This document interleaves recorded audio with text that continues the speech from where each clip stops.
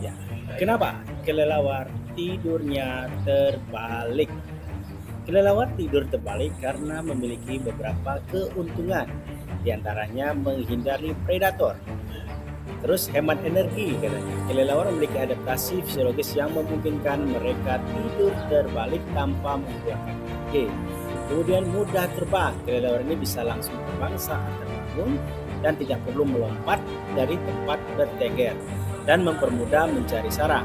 Kemudian aman saat berhibernasi atau membesarkan anak. Itulah kenapa kelelawar tidurnya